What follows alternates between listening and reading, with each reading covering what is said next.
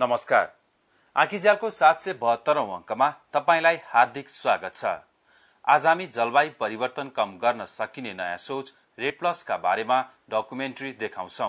जलवायु परिवर्तनको मुख्य कारक हो कार्बन उत्सर्जन।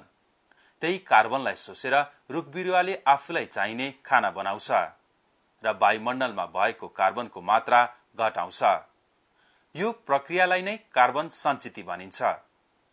वनको दिगो व्यवस्थापन गर्दै वनमा कार्बन सञ्चिति बढाए बापत भुक्तानी दिने संयन्त्रलाई रेड प्लस भनिन्छ। रेड प्लसका बारेमा अन्तर्राष्ट्रिय एकीकृत पर्वतीय विकास केन्द्र इसिमोडको सहयोगमा नेपाल वातावरण पत्रकार समूहले एउटा डकुमेन्ट्री तयार पारेको छ। हेरौं गोकुल धुर्जे तामाङले तयार पारेको यो डकुमेन्ट्री।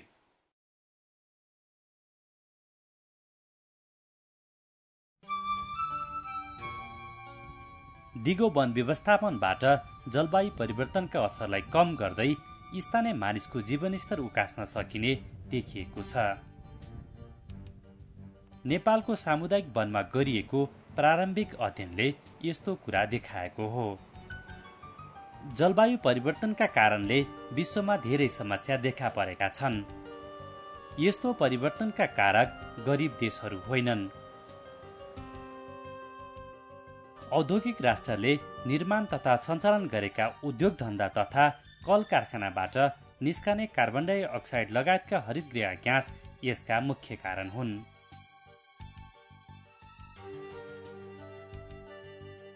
नेपालले यस्तो प्रदूषित ग्यास नगर्ने मात्रामा उत्सर्जन गर्छ, तर जलवायु परिवर्तनको असर भने यहाँ धेरै परेको छ। जलवायु परिवर्तनकै कारण हिमालमा हिउँ पग्लदैछ।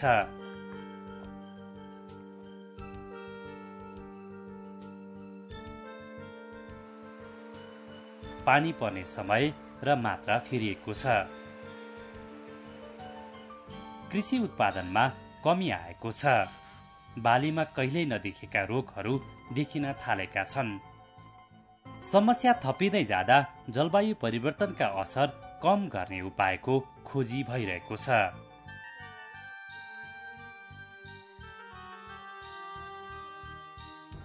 यसका लागि सजिलो तरिका भनेको वायुमण्डलमा कार्बन डाइअक्साइड लगायतका हरितगृह ग्यासको मात्रा बढ्न नदिनु र भएको मात्रालाई घटाउनु नै हो।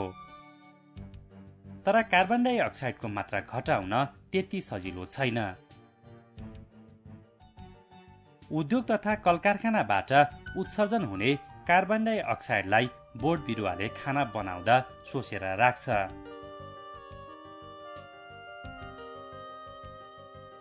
वायुमण्डलमा भएको कार्बन डाइअक्साइड कम गर्ने सजिलो उपाय भनेको भइरहेको वन विनाश तथा क्षयीकरण कम गर्दै वनको संरक्षण र दिगो व्यवस्थापन गर्नु हो। जलवायु परिवर्तनका लागि अन्तरसरकारी निकाय आइपीसीसी का अनुसार वर्षेनी विश्वमा निस्कने हरितगृह ग्यास मध्ये झण्डै 20% वन विनाश र क्षयीकरणका कारण थपिन्छ। यसैले संयुक्त राष्ट्रसङ्घीय खाका महासन्धि UNFCCC का पक्ष राष्ट्रहरूको सम्मेलनले वनको दिगो व्यवस्थापनमा जोड दिएको छ। यसले वन संरक्षण गर्दै नयाँ बिरुवा हुर्काएर कार्बन सञ्चिति बढाउने देशलाई औद्योगिक राष्ट्रले क्षतिपूर्ति उपलब्ध गराउने संयन्त्रको विकास गरेको छ। आफूले उत्सर्जन गर्ने कार्बन डाइअक्साइड बराबरको क्षति दिँदा तत्काल वातावरणीय फाइदा हुने देखेर औद्योगिक राष्ट्रहरू समेत यस्तो संयन्त्र विकासमा सकारात्मक छन्। विकासोन्मुख देशहरूमा वन विनाश र क्षयीकरण कम गर्दै कार्बन कटौती गर्ने तथा वनको संरक्षण दिगो व्यवस्थापन गरी वन कार्बन सञ्चिति बढाए बापत भुक्तानी दिने संयन्त्रलाई रेड वा रेड प्लस भनिन्छ। रेड प्लसले वन विनाश र वनको क्षयीकरण कम गर्न समुदायले गर्ने वन व्यवस्थापन र संरक्षणका कामलाई प्रोत्साहन गर्छ। सामुदायिक वन, साझेदारी वन, कबुलेती वन लगायतका समुदायले संरक्षण गरेका सबै खाले वनले यस्तो क्षतिपूर्ति पाउँछन्। रेड र रेड प्लस वन संरक्षण गरी जलवायु परिवर्तन कम गर्न सकिने नयाँ सोच हो। अझै पनि विश्वमा रेड प्लसका धेरै प्रक्रियालाई कसरी लैजाने भनेर हेर्ने काम भइरहेको छ।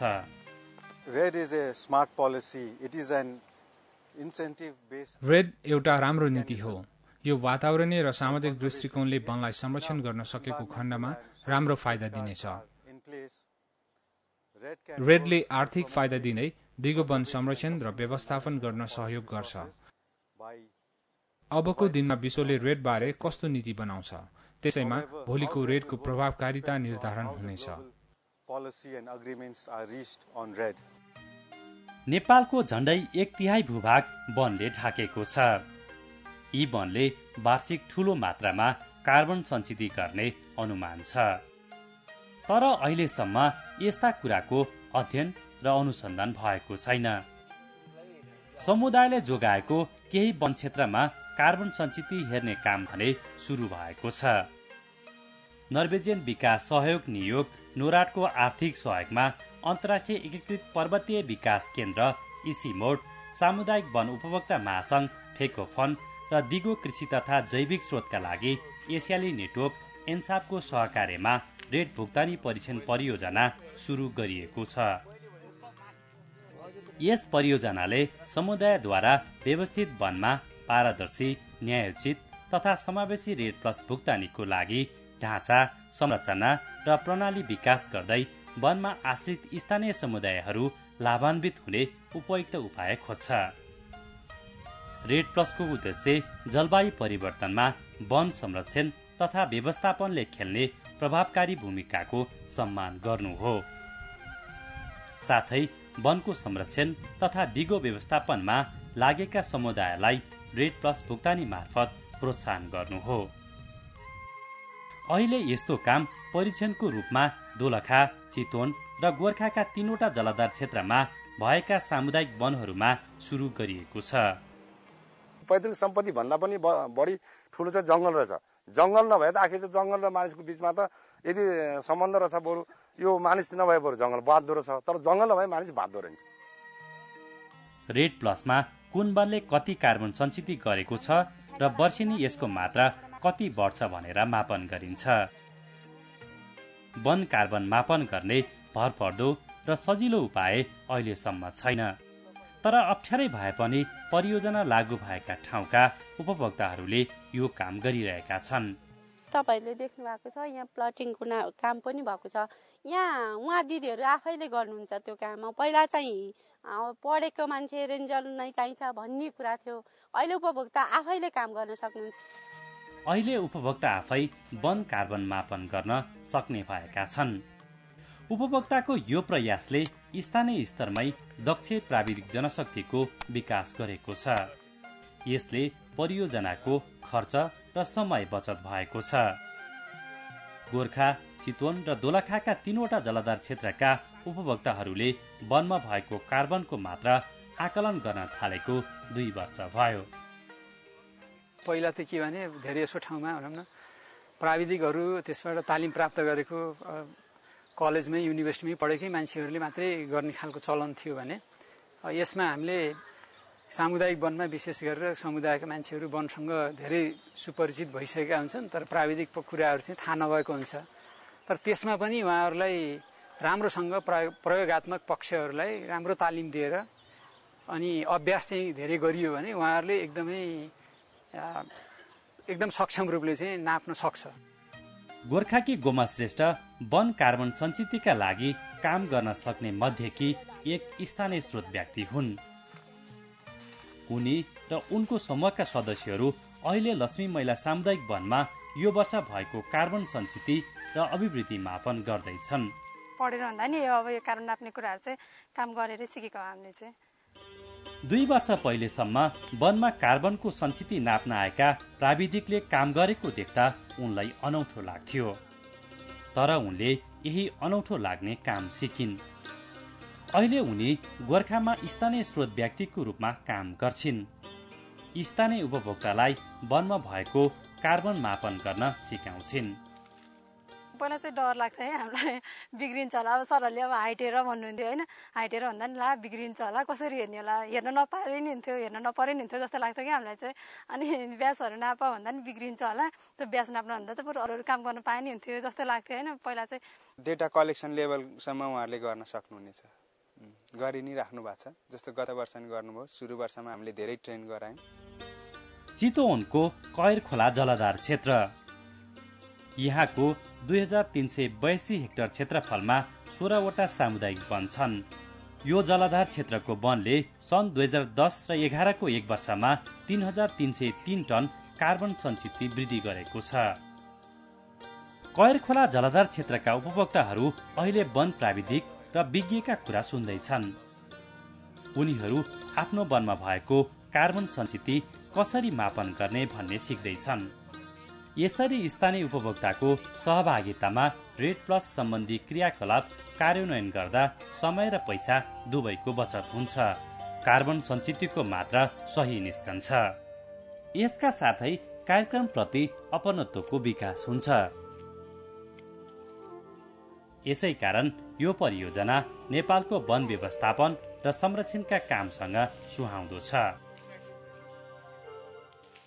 सामुदायिक वन उपभोक्ता समूहले वन कार्बन कोषबाट प्राप्त गर्ने रकम कार्बन सञ्चितले मात्रै निर्धारण गर्दैन रेड प्लसको भुक्तानी गर्दा वनका उपभोक्ताहरूको सामाजिक र आर्थिक पक्षलाई समेत हेरिन्छ यसमा आदिवासी जनजाति दलित र गरिबको घरधुरी संख्याका साथै वन संरक्षणमा महिलाहरूको सहभागिता जस्ता कुरा पर्छन् हाम्रो चाहिँ यति कार्बन स्टक छ वनमा अनि यति चाहिँ वृद्धि दर छ भनेर त्यो चाहिँ जसरी अहिले यो प्लटिङमा मापन भइराखेको छ त्यसलाई चाहिँ आधार मानेर उनीहरूले दाबी बिजक फर्म भन्ने चाहिँ भर्नु भएको छ त्यस आधारमा हामीले चाहिँ वन क्षेत्रको आधार वन क्षेत्र अनि कार्बन स्टक यो वृद्धि अनि महिलाको घरधुरी महिलाको जनसङ्ख्या अनि विपन्नको घरधुरी जनसङ्ख्या अनि दलितको घरधुरी जनसङ्ख्या जनजातिको घरधुरी को आधारमा चाहिँ हामीले चाहिँ अहिले यो पैसा यो वन कार्बनको मार्गनिर्देशिका अनुसार चाहिँ वितरण गरेको छौँ र समूहहरूले चाहिँ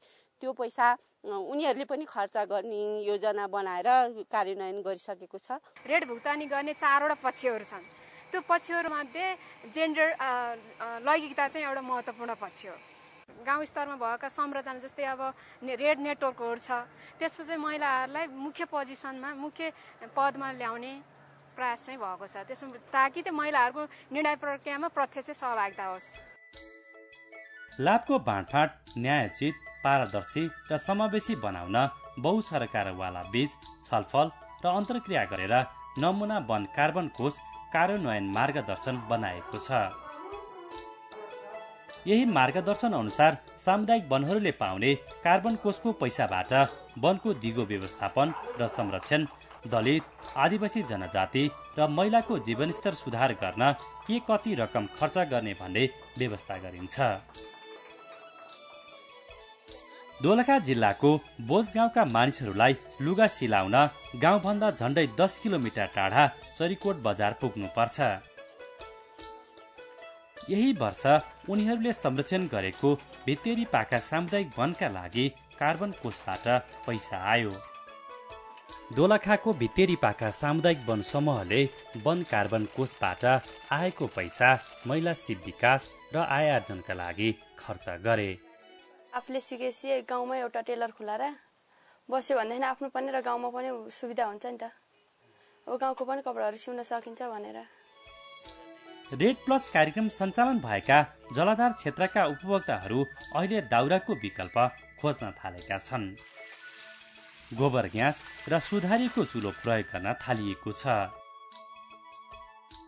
अब उनीहरूले बिहान बेलुकाको खाना पकाउन वनमा भर पर्नु पर्दैन अनि दाउराको धुवाँबाट स्वास्थ्यमा पर्ने असर समेत कम भएको छ गोर्खाको महालक्ष्मी सामुदायिक वनमा रेडबाट आएको पैसाले गोबर ग्यास प्लान्ट निर्माण गरिएको छ दाउरै पाल्नुपर्छ भन्ने छैन हाम्रो प्राय अब सबैको घर घरमा अब गोबर ग्यास छ गोबर ग्यास नहुनेको कसैको सिलिन्डर ग्यास युज गर्छ कसैले अब राइस कुकरमा बिजुली प्रयोग गर्छ हैन कसैले भुसे चुलो अब त्यो काठबाट चिरेको त धुलो खेर जाने त्यो सदुपयोग गर्छ त्यसबाट धेरै अहिले हाम्रो वनमा काठ दाउरा काट्न खुलाको धेरै बन्द भएको पोहोर नि काटेन, अहिले नि काटेन। हाम्रो धेरै दाउराको बचत भएको अहिले। सुक्खा याममा आगलागी नहोस् भनेर वनमा अग्निरेखा बनाएको छ अनि दिगो व्यवस्थापन गर्न वनको गोडमेल गर्ने गरिएको छ। वन गोडमेलमा स्थानीय उपभोक्ताहरू 5 दिनसम्म जुटे। झण्डै 70,000 रुपियाँ बराबरको श्रमदान गरे। यो रकम उनीहरूले कार्बन कोषबाट पाएको भन्दा झण्डै दोब्बर हो। दिगो वन व्यवस्थापनको लागि अलिकति छुट्या छौँ। 1 किलो चिउरा 8 जना 9 जनाको भागमा चाहिँ नि चिउरा र दालमट, सुक्खा दालमट र चिउरा दिएर अनि हामीहरूले उनीहरूलाई चाहिँ नि 5 दिनसम्म गोडायौँ। खेतालाको हिसाब गर्ने अनि 70,000 त हाम्रो 318 जना खेताला पनि जान्छ। वन व्यवस्थापनको काम गरेकैले गोर्खाको वनमा यो वर्ष डढेलो लागेन। रेडबाट आएको पैसालाई अब पहिला जस्तो यहाँ चलन के थियो भन्दाखेरि सामुदायिक वनबाट जति आम्दानी हुन्छ, आम्दानी भएको धेरै जसो पैसा चाहिँ बाटोमा लगाइदिने, डोजर लगाउने खर्च गर्थे भने रेडमा चाहिँ हामीले सचेत गरेर आएको हुनाले अब उहाँहरूले चाहिँ अहिले चाहिँ त्यसलाई अब जस्तो गरिब अति गरिब विपन्नहरू छन् उनीहरूलाई चाहिँ आय आर्जनको लागि जस्तो बाख्रा पालनको लागि, कुखुरा पालनको लागि, सानो सानो पसलको लागि केही सहयोग दिने उहाँहरूलाई होइन। अनि त्यस्तै गरेर वनमा वृक्षारोपण गरी नर्सरी बनाउने कामहरूमा अनि त्यस्तै फायर लाइनहरू बनाउने कामहरूमा उहाँहरूले खर्च गर्नुभएको छ। स्थानीय उपभोक्ता समूहहरूले वन कार्बन कोषबाट पाएको रकम वनको संरक्षण र दिगो व्यवस्थापनमा लगाएका छन्। रुख काट्ने, वनमा आगो लगाउने र चरीचरण जस्ता समस्यालाई कम गर्ने योजना बनाएका छन्। त्यही योजना अनुसार काम भएको छ। रेड प्लस परियोजनाले काम गरिरहेका सबै जलाधार क्षेत्रका सामुदायिक वनहरूमा यस्तो सुधार देखिएको छ। चितवनको कंकाली सामुदायिक वनले भने कार्बन कोषबाट आएको पैसा दलित र विपन्न उपभोक्ताको आमदानी बढाउन खर्च गर्यो। आय आर्जनका लागि माछा पोखरी बनाउने निधो गरियो। रेड कार्बन कोषबाट आएको पैसाले मात्रै यो काम गर्न नपुग्ने भएपछि सामुदायिक वनको कोषबाट रकम थप गरियो। माछाबाट हुने आमदानीको 80% स्थानीय दलित समुदायलाई जान्छ। हाम्रो यहाँ हजुर हाम्रो 19 धुरी छ। 19 धुरीले हामीले हेर्ने गरेका छौँ, आरा ल्याउँछौँ होइन। बिहान बेलुका पुरा हामीले आरा दिने गरेका छौँ।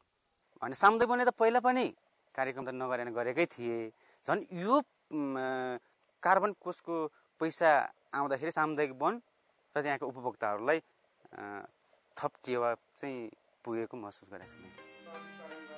सामुदायिक वनका समस्या साझा भए पनि एक ठाउँमा बसेर छलफल गर्ने थलो थिएन। अहिले जलाधार क्षेत्रका सामुदायिक वनहरू प्रत्येक महिना भेटघाट गर्छन्। आफ्ना सामुदायिक वनको उपलब्धि र समस्या सुनाउँछन् र अरूका सुन्छन्। रेड प्लस सम्बन्धी क्रियाकलापमा देखिएका समस्याको समाधानका उपाय खोज्छन् र पत्ता लगाउँछन्।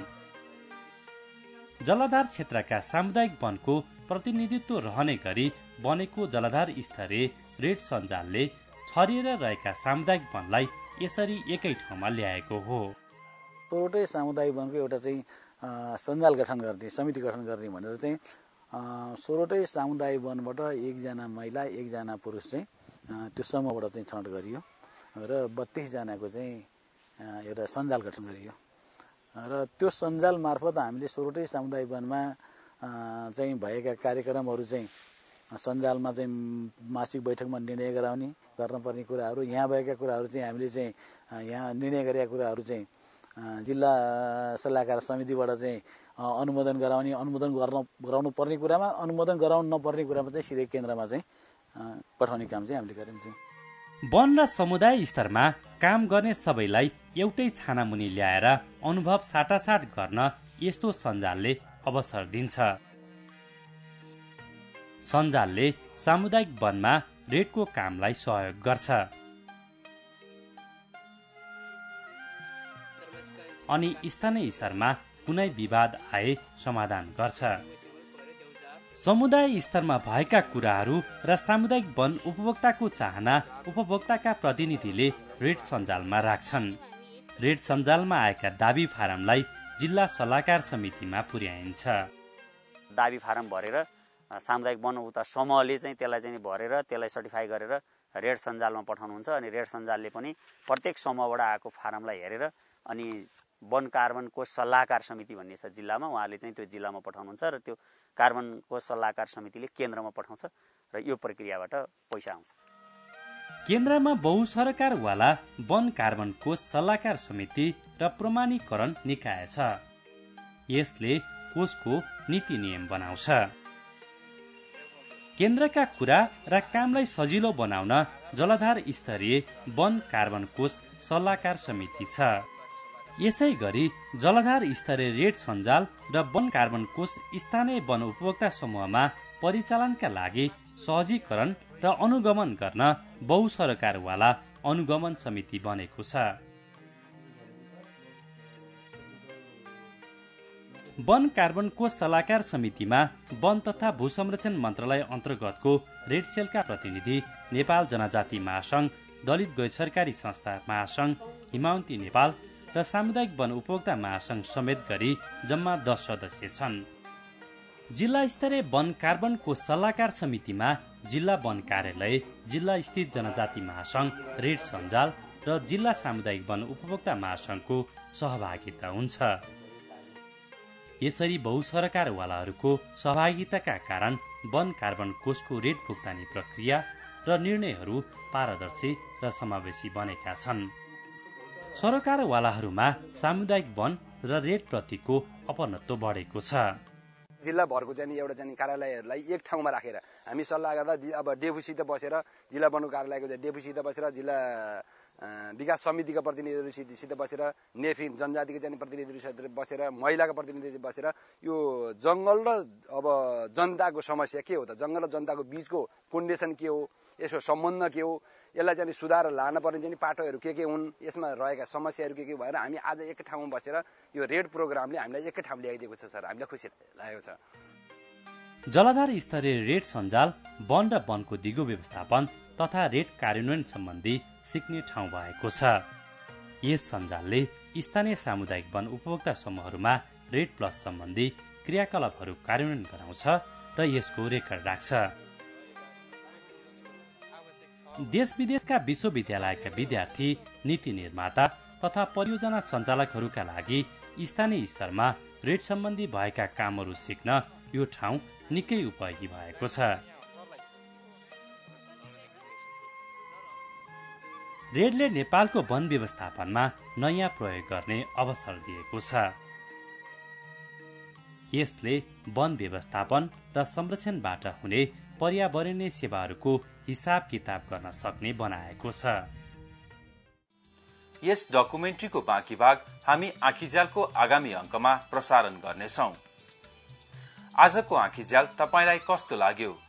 सुझाव तथा प्रतिक्रिया पठाउनका लागि हाम्रो ठेगाना हो कार्यक्रम आँखीझ्याल, नेपाल वातावरण पत्रकार समूह, पोस्टबक्स नम्बर 5143 थापाथली, काठमाडौँ। हाम्रो इमेल ठेगाना हो nephase@mos.com.np। आँखीझ्याल कार्यक्रम अब फेसबुक र युट्युब मार्फत पनि हेर्न सकिन्छ। हस्त आजका लागि हामी सबैलाई बिदा दिनुहोस्। नमस्कार।